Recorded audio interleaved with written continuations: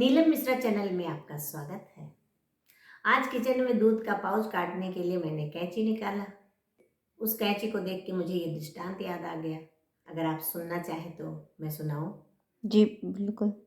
Okay, thank you. एक बार एक विधवा माँ अपने 2 बच्चों के साथ एक छोटे से घर में रहती थी। बहुत मुश्किल से वो लोगों के काम धाम करके अपने बच्चों का पालन पोषण करती थी। एक दिन दोपहर के समय में उनके दरवाजे पे दस्तक हुई। माँ ने इशारा किया कि देखो कौन आया है। बेटे ने दरवाज़ा खोला और जैसे ही दरवाज़ा खोला जल्दी से दरवाज़ा बंद कर दिया डर के मारे।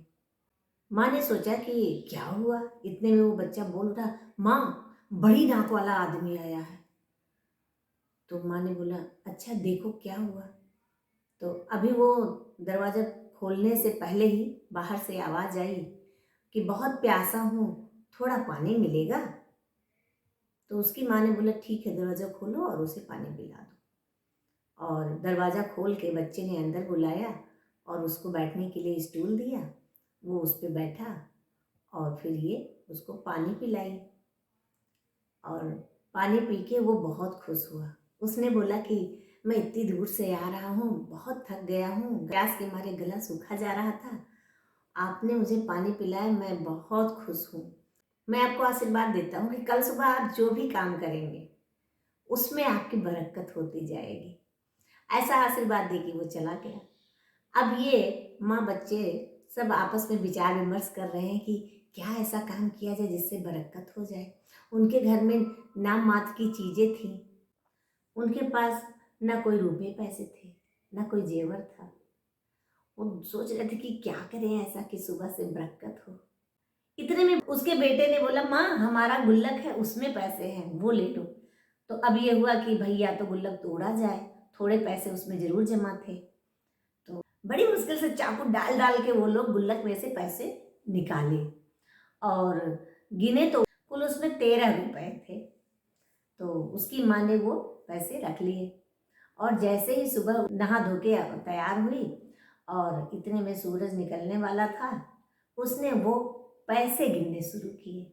1 सिक्का, 2 सिक्का, 3 सिक्का, 4 सिक्का, 5 सिक्का, 6 सिक्का, 7 सिक्का, 8 सिक्का, 9 सिक्का, 10 सिक्का और 11 सिक्का। जब 11 सिक्का गिनी, इतने में फिर उधर से 12 सिक्का, 13 सिक्का, 14 सिक्का, उसमें बढ़ता जा रहा था, बढ़ता जा रहा था, बढ़ता जा रहा था और वो सिक्के ख़त्म होने के नाम ही नहीं ले रहे थे। अब वो सिक्का रखते रखते रखते रखते इनका पूरा घर भर गया और पूरा दिन वो सिक्का निकलता रहा, ऐसा खजाना था। जब सूरज ढल गया तो सिक्के निकलना बंद हो गए और इस तरह से उनके घर में सिक्कों की बरसात हो गई थी। खूब पैसे जमा हो गए थे। उसकी माँ ने बाद में सारे पैसे धीरे धीरे समेटे और पहले उन्होंने एक छोटी दुकान खोली, फिर उन्होंने एक बड़ा घर ले लिया। अब उनकी दुकान बढ़िया चलने लगी थी तो उन्होंने गाड़ी भी खरीद लिया। अब उसकी जो पड़ोसन थी उसने देखा एक दिन कि वो गाड़ी से जा रही है। तो उसने कहा कि अरे ये तो खाने के लिए भी इसको 2 टाइम का खाना भी मिलना मुश्किल था, ये कैसे हो गया। आज ये कैसे इतनी गाड़ी में ये लोग चल रहे हैं। अब उससे रहा नहीं गया, जबकि वो खुद बहुत अमीर थी, लेकिन वो सोच रही थी कि ये कैसे अमीर हो, क्या इनको कोई खजाना मिल गया या इन्हें कोई लॉटरी लग गई। अब ऐसा सोच के वो एक दिन उसके घर पहुंची।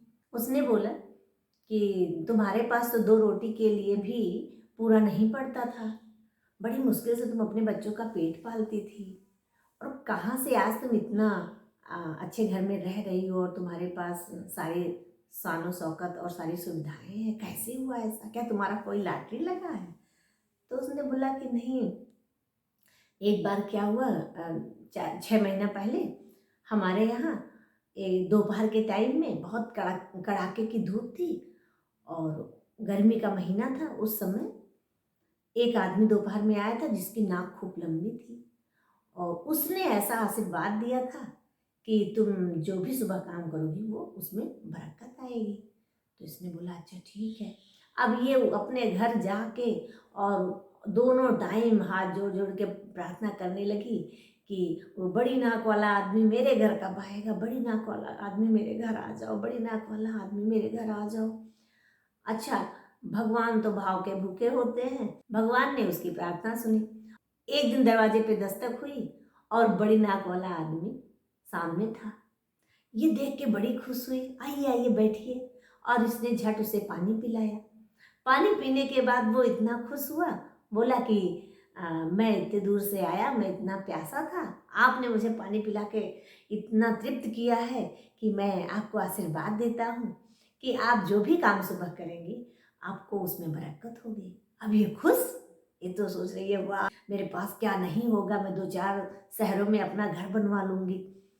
अच्छा, रात भर ये सपने बुनती रही और पूरे दिन ये प्लान करती रही कि इतना सारा पैसा आएगा तो कहाँ रखेंगे। तो इस चक्कर में उसने अपने घर के जितने भी बड़ी बड़ी साड़ियाँ थी उन सबको सिलाई करके बड़े बड़े थैले बना लिए, और चद्दर जो था उसको भी किनारे किनारे से सिल के बड़े बड़े उसको थैले बना लिए। और ऐसे सारे सामानों का वो काट काट के जल्दी जल्दी थैला बना रही थी कि सारे रुपए इसी में रख देंगे। और उसके पास तिजोरी में ढेर सारे नोटों की गड्डियाँ थी, तो उसने सोचा था कि मैं सुबह उठ के यही गड्डी गिनती रहूँगी जिससे मेरे पास गड्डी ही गड्डी बढ़ती जाए। ऐसा सोच के वो सुबह नहा धो के तैयार हुई और अचानक उसकी निगाह दरवाजे पे टंगे उसके पति के पैजामे पे गई। तो उसने देखा कि अरे ये पैजामा यहाँ लटक रहा है, क्यों ना इस पैजामे को भी जल्दी से एक साइड में सिल के इसका भी एक झोला बना ले, जिससे कि गड्डी इसमें भी रख देंगे। ऐसा कह के वो फौरन कैंची उठाई और पैजामे को एक साइड से काटा और सोच ही रही थी कि मैं अब इसको सिल दूँ फटाक से। इतने में उसकी कैंची चलने लगी। अब उसकी कैंची रुकने का नाम ही नहीं ले रही थी। उसकी कैंची के सामने जो भी सामान आता वो उसको काटते चली जाती। और इसने जो ढेर सारे थैले बना के रखे थे एक साइड से सबको तय करके कि इन सब में गड्डियाँ भरूंगी, वो सारे थैले उस कैंची से कटते गए और पूरा दिन इसके हाथ से कैंची रुकी नहीं, इसका हाथ चलता रहा। और जब शाम को सूरज डूबा तो इनके घर में ये कतरन का अंबार लगा हुआ था। पूरा घर कतरन से भरा हुआ था और उसके घर में कोई ऐसी चीज़ नहीं थी जो कि साबुत हो। सारे सामान कट गए थे, सारी चीज़ें कट गई थी, सब उसका नुकसान हो गया था। और वो शाम को बैठ के रोने लगी और अब उसके पास ऐसा कुछ भी नहीं था जिससे कि वो अच्छे से रह सके। और नतीजा ऐसा हुआ कि उसे अपना वो घर बेचना पड़ा और वापस उसी जो बगल में उसके घर छोटा सा था एक कमरे का, उसी को किराया लेके वो रहने लगी। तो आपको ये स्टोरी कैसी लगी कमेंट करके ज़रूर बताइएगा। और अगर आपको ज़रा भी ये कहानी टच की हो तो कमेंट करके ज़रूर बताइएगा। साथ ही नीलम मिश्रा चैनल को ग्रो करने के लिए लाइक, सब्सक्राइब और शेयर करना ना भूलें। धन्यवाद।